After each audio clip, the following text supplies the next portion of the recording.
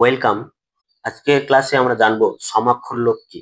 ধ্বনি পরিবর্তনের যে একটি ধারা ছিল ধ্বনি লোপ, সেই ধ্বনি লোপের মধ্যে আরেকটি লোপ আমরা জানবো, সেটি হচ্ছে সমাক্ষর লোপ।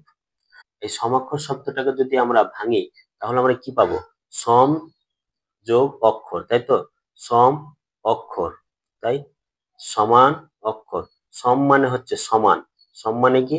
সম মানে হচ্ছে সমান। তাহলে সমাক্ষর লোপ, এই সমাক্ষরের সম কথার অর্থ কি? সমান। অর্থাৎ কোন শব্দের মধ্যে যদি সমান অক্ষর থাকে আর সেই সমান অক্ষরের মধ্যে যদি একটি অক্ষর যদি লোপ পায় তাহলে তাকে আমরা কি বলবো?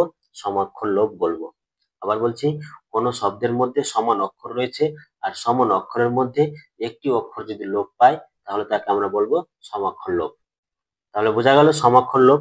তাহলে আমরা দেখে নিই সমাক্ষর লোপের সংজ্ঞা। তাহলে সমাক্ষর লোপ কাকে বলে? পাশাপাশি বা কাছাকাছি অবস্থিত দুটি সমধ্বনি বা সমধ্বনি যুক্ত অক্ষরে একটি লোপ পেলে সেই ব্যঞ্জন লোপকে কি বলবো? সমাক্ষর লোপ বলবো।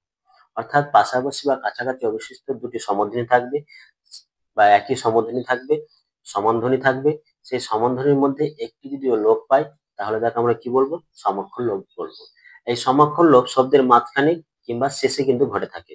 যেমন উদাহরণ দেখো, শব্দের মধ্যবর্তী স্থানে সমাক্ষর লোপের উদাহরণ দেখো, পাদুদক, পাদুদক থেকে পাদক, এখানে কিন্তু দুটো দ রয়েছে মাঝখানে। এই মাঝখানে দুটো দ এর মধ্যে কিন্তু একটি লোপ পেয়েছে, তাই এটি হচ্ছে পাদক সমাক্ষর লোপের উদাহরণ। মুখখানি থেকে মুখানি, এখানেও কিন্তু দুটো খ রয়েছে শব্দের মধ্যে, দুটো খ এর মধ্যে একটি কিন্তু লোপ পেয়েছে, তাই মুখানি হচ্ছে সমাক্ষর লোপের উদাহরণ। লৌকিকতা থেকে লৌকিতা, এখানেও কিন্তু দুটো ক রয়েছে, দুটো ক এর মধ্যে কিন্তু একটি ক লোপ পেয়েছে বলে এটি হচ্ছে সমাক্ষর লোপের উদাহরণ। কৃষ্ণনগর থেকে কৃষ্ণগড়, এটি হচ্ছে কিন্তু সমাক্ষর লোপের উদাহরণ। এবার শব্দের অন্তঃস্থানে কিন্তু কিছু শব্দ রয়েছে, শব্দের অন্তঃস্থানে সমাক্ষর লোপের উদাহরণ হচ্ছে ছোট দাদা থেকে ছোটদা, ছোট দিদি থেকে ছোটদি। শেষে দেখো, শেষে কিন্তু একটি করে অক্ষর লোপ পেয়েছে, তাই এগুলো হচ্ছে সমাক্ষর লোপের উদাহরণ।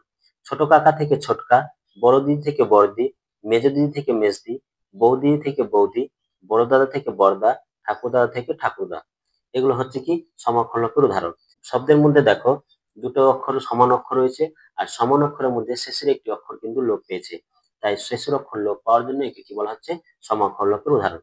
ছোটদা, ছোটদি, ছোটকা, বড়দি, মেজদি, বৌদি, বড়দা, ঠাকুরদা, এগুলো সমস্ত কিছু হচ্ছে কি উদাহরণগুলো? সমাক্ষর লোপের উদাহরণ। তাহলে সমাক্ষর লোপ বোঝা গেল? যদি বোঝা যায় তাহলে অবশ্যই লাইক, কমেন্ট এবং সাবস্ক্রাইব করবে।